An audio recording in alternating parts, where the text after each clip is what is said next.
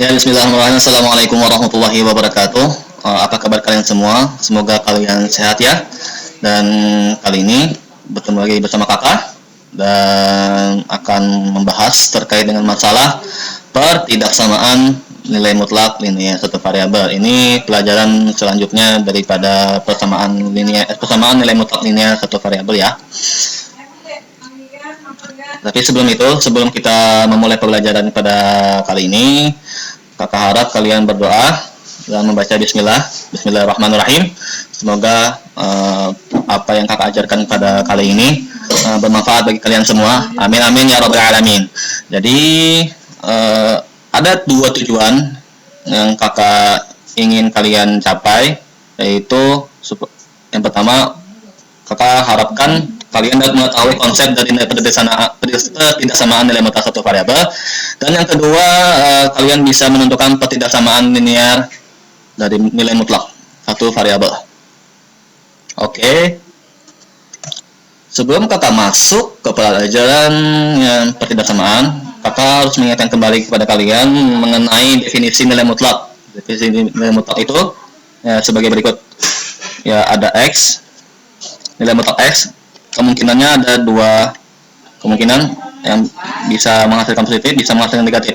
Maksudnya ini dikali dengan negatif ya, supaya menghasilkan positif. Jika X-nya kurang dari 0, kalau positif ya X-nya lebih dari sama dengan 0. Ingat, kalau nggak ingat bisa lihat di video kakak sebelumnya. Oke, kita akan masuk ke bentuk pertama ya. Jika X kurang dari P, kita misalkan kan itu, maka himpunan penyelesaiannya negatif P kurang dari X kurang dari P. Nah, bagaimana itu bisa mendapatkan seperti itu? Nah, kita akan buat ilustrasi. Misalkan nilai mutlak X itu kurang dari 2. Berarti kan ini kalau dibacakan di bahasanya itu, berapakah nilai X yang berjarak kurang dari 2 dari 0? Berarti kan kalau kita buat garis bilangan, misalkan 0 di sini yang berjarak kurang dari 2, berarti jaraknya misalkan bisa di kanan, jaraknya bisa di kiri, dengan porosnya pastinya 2, porosnya 2. Kalau wilayah sini kan min 2. Karena di soal di sini kurang dari 2 kan, berarti ada wilayah-wilayah X yang kurang dari 2. Berarti kalau di wilayah kanan di sini sampai sini. Terus untuk wilayah min 2, untuk wilayah kiri berarti dari sini, dari min 2 itu sampai 0. Nah, jadi apa kesimpulan pada ini? Pada garis bilangan ini? Kalau wilayah kanan berarti kan X itu kurang dari 2 pastinya. Lalu wilayah kiri itu X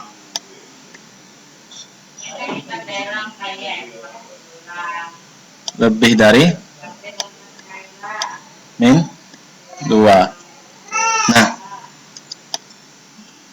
ini kan bisa saja bergabung karena seluruh nilai X itu dari kurang dari min 2, yang lebih dari min 2 sampai yang kurang dari min 2, dari kanan sampai kiri. Maka hasilnya itu bisa digabungkan. Berarti min 2 kurang dari X kurang dari 2. Maka kesimpulan untuk bentuk pertama itu berarti kalau misalkan kita menemukan nilai mutlak X itu kurang dari P, maka himpunan penyelesaiannya berarti min P kurang dari X kurang dari P, gitu, dengan P lebih dari 0. Oke, langsung bentuk kedua. Sama seperti bentuk pertama tadi. Kalau kita bisakan sini X lebih dari 2, maka kita bisa buat garis bilangan di sini 0 dengan jaraknya kurang lebih dari 2. Jaraknya lebih dari 2. Tapi tetap ingat porosnya 0 dengan 2 dengan min 2 di sini, kalau di kiri, kalau di sini dengan 2. Oke.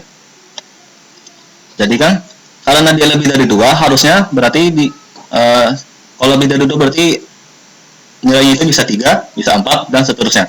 Berarti kalau di sini kan di wilayah 6. Kalau di kiri, wilayah kiri. Lebih dari min 2, kurang dari min 2. Nah, jadi kan kalau wilayah kanan X lebih dari 2. Kalau wilayah kiri, X-nya kurang dari min 2. Nah, wilayah dari kanan dan wilayah kiri kan terpisah nih. Berarti dia ada kemungkinan, ada dua kemungkinan jawaban. Berarti X kurang dari min 2 dan X lebih dari 2. Maka ketidaksamaan dari X, nilai mentok X lebih dari 2 itu bisa kita sebutkan X kurang dari min 2 atau, ini tanda atau ya, X lebih dari 2. Oke. Mudahan kalian paham ya, insya Allah. Dan ini simak baik-baik ya. Tadi harus dicatat bentuk pertama dan bentuk keduanya. Nah, di sini ada bentuk ketidaksamaan nilai mutlaksnya. Karena bentuk ketidaksamaan nilai mutlak ini banyak ya, banyak. Jadi kakak konsepnya itu harus menjelaskan yang 2 saja, yang kurang dari dan lebih dari. Karena seterusnya itu mengikuti saja.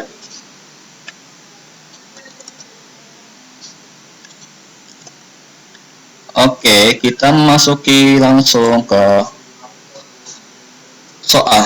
soal yang pertama. Soal yang pertama ini, himpunan penyelesaian dari mutlak 2x kurang 3 kurang dari sama dengan 5 adalah, nah bagaimana caranya? Kita lihat sini, kita sudah menjawabkan. Kalau kurang dari 5, ingat bentuk pertama. Bentuk pertamanya berarti min P kurang dari X kurang dari P. Bentuk pertama berarti min 5 kurang dari sama dengan 2X min 3 kurang dari sama dengan 5. Nah terus kita operasikan saja. Kita hilangkan min 3-nya dan 2-nya. Berarti kalau untuk menghilangkan min 3-nya, kita harus menambahkan ketiga ruasnya ini dengan plus 3. Min 5 tambah 3, min 5 tambah 3 berarti min 2. Kurang dari sama dengan 2x, min 3-nya hilang, dan ruas kanannya 5 plus 3. Maka hasilnya min 2 kurang dari 2x kurang dari sama dengan 8. Nah, cara menghilangkan ini ya, 2-nya bagaimana? Dengan membagi 3 ruasnya menjadi bagi 2. Maka semuanya dibagi 2. Jadi hasilnya adalah min 1 kurang dari sama dengan x kurang dari sama dengan 4. Maka jawabannya adalah seperti ini. HP-nya, himpunan penyelesaiannya. Terus yang kedua, bagaimana himpunan penyelesaian dari 3x plus 7 mutlak lebih dari 2? Ingat bentuk kedua. Karena tandanya lebih dari sama dengan lebih dari 2, maka nilainya bisa begini atau x lebih dari t. Jadi berarti kan 3x plus 7 kurang dari 2, kurang dari min 2 atau 3x plus 7 lebih dari 2. Nah, ini bisa langsung kita operasikan. kita harus menghilangkan plus 7-nya supaya X-nya menyendiri atau tunggal. 3X kurang dari min 2 kurang dari 7. Berarti kedua ruasnya di sini dikurangi dengan 7. 3X plus 7 jadi 3X kurang dari min 2 kurang 7. Atau di sini sama dikurangi 7. 3X lebih dari 2 kurang 7. Maka hasilnya X kurang dari min 3 atau X lebih dari min 5/3. Jadi himpunan penyelesaiannya seperti ini ya untuk yang soal ini. Nah, ini untuk soal yang ketiga. Soal yang ketiga ini agak ribet ya, karena dia memakai nilai mutlaknya 2 ya, 2 di ruas kanan ini, ruas kanan ini, dan ruas kiri ini, ruas kanan dan ruas kiri. Nah, jadi ada tahap-tahapannya untuk menjawab ini. Tahap pertama, kita harus mengkuadratkan daripada kedua ruasnya yang 2x kurang 5 dan x plus 4 mutlak ini. Maka dapatkan seperti ini, dikuadratkan ya, dikuadratkan, ini dikuadratkan, maka hasilnya seperti ini. Terus x plus 4 kuadratnya dipindahkan ruas ke kiri, maka hasilnya 2x kurang 5 kuadrat kurang x plus 4 kuadrat kurang dari 0. Nah, untuk selanjutnya ini kan menjawab ini bisa kita kerjakan ini, yang ini nih kita bisa jabarkan 2x kurang 5 dikali 2 dengan 2x kurang 5 dikurang x plus 4 dikali dengan x plus 4. Nah, itu bisa dikalikan ya. Tetapi agar lebih mudahnya kita mengingat sifat aljabar. Yang ini. Ingat bahwa A kuadrat dikurang dengan B kuadrat itu sama dengan A plus B kali A kurang B. Di sininya ya. Jadi yang di sini adalah A, misal di sini adalah B. Nah, maka gabungannya menjadi seperti ini. 2x kurang 5 dalam 2x kurang 5 plus x plus 4 dalam kurung dikali dengan 2x kurang 5 kurang x kurang 4 itu kurang dari 0. Maka langsung kita operasikan saja. Berarti hasilnya 3x kurang 1 kali x kurang 9 kurang dari 0. Nah, ini tahap pertama. Untuk tahap kedua, kita bisa memisahkannya dengan 0, yang ini, yang 3x kurang 1 dan x kurang 9-nya. Maka, untuk mencari x-nya, berarti kan kalau kita misalkan 0, 3x kurang 1 sama dengan 0, atau 3x kurang 1 kurang 0 ini berarti x-nya 1/3. Untuk x kurang 9 sama dengan 0, berarti pindah 2 saja, x, berarti x sama dengan 9. Berarti tahap 2 seperti ini ya. Ingat, x sama dengan 1/3 atau x sama dengan 9. Nah, untuk tahap ketiga, kita membuat garis bilangan supaya mendapatkan pertidaksamaannya. Tadi harus ingat kembali itu x-nya sama dengan 1/3 yang kita dapat tadi, dan x-nya juga sama dengan 9. Tadi kan dalam kurungnya itu kan 3x kurang 1 kali dengan x kurang 9 itu kurang dari 0. Nah, cara membuat garis bilangannya yang kita sudah dapat tadi kan x-nya tadi itu kan ada 2, berarti 1/3, yang kecilnya di kiri, yang besarnya di kanan, 9. Nah, terus kita selanjutnya ini kan kita itu harus mengetahui wilayah-wilayah yang bernilai positif dan bernilai negatifnya. Misalkan kita ingin mencari nilai tanda di wilayah tengah. Kalau wilayah tengah ini kan bisa saja x-nya sama dengan 1. Berarti kita masukkan 1 di sini. 3x, kalau misalkan 3x kurang 1, berarti 3 kali 1, 3 kali 1 kurang 1, berarti hasilnya 2, berarti positif.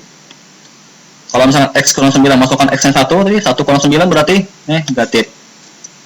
Nah, lalu kita kalikan ini. Plus kali negatif, plus kali minus berarti minus. Ini dikali ya. Maka tanda dari di tengah, wilayah tengah, menunjukkan negatif. Nah, selanjutnya berarti wilayah kanan dan wilayah kiri berarti positif.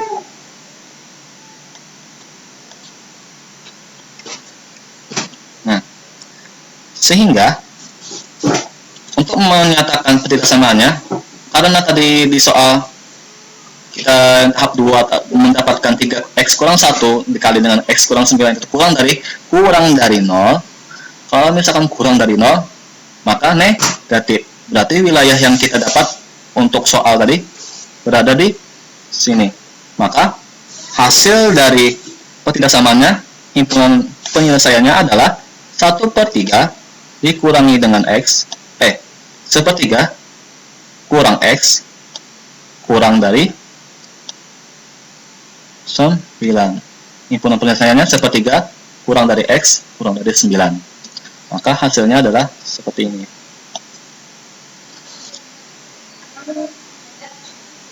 Ini agak ribet ya, karena tadi harus membuat garis bilangannya dulu supaya kita mengetahui jawabannya.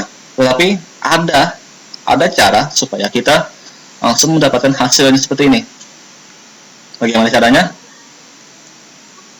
Tetap kita harus mencari tahap satunya dulu. Di tahap 1, misalkan tahap satunya kan sudah dapatkan 3x kurang 1, x dikali dengan x kurang 9 itu kurang dari 0.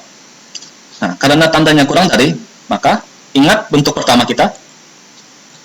Bentuk pertama kita kan seperti ini kan, min p dikurangi dengan kurang dari x kurang dari dengan p. Maka sama hasilnya 1/3 kurang dari x kurang dari 9. Nah, oke, segini saja pembelajaran kita pada kali ini. Kakak harap kalian dapat memahami dengan baik pelajaran yang kakak ajarkan. Sebelum kakak tutup, marilah kita berdoa dan membaca Alhamdulillahirabbil alamin. Semoga kalian bisa mendapatkan berkahnya dan kalian bisa paham dengan apa yang kakak ajarkan ya. Jadi kakak terima kasih atas perhatiannya dan sampai bertemu di pertemuan selanjutnya dengan membahas hal-hal seperti ini juga. Terima kasih. Salah hilap kakak mohon maaf. Assalamualaikum warahmatullahi wabarakatuh.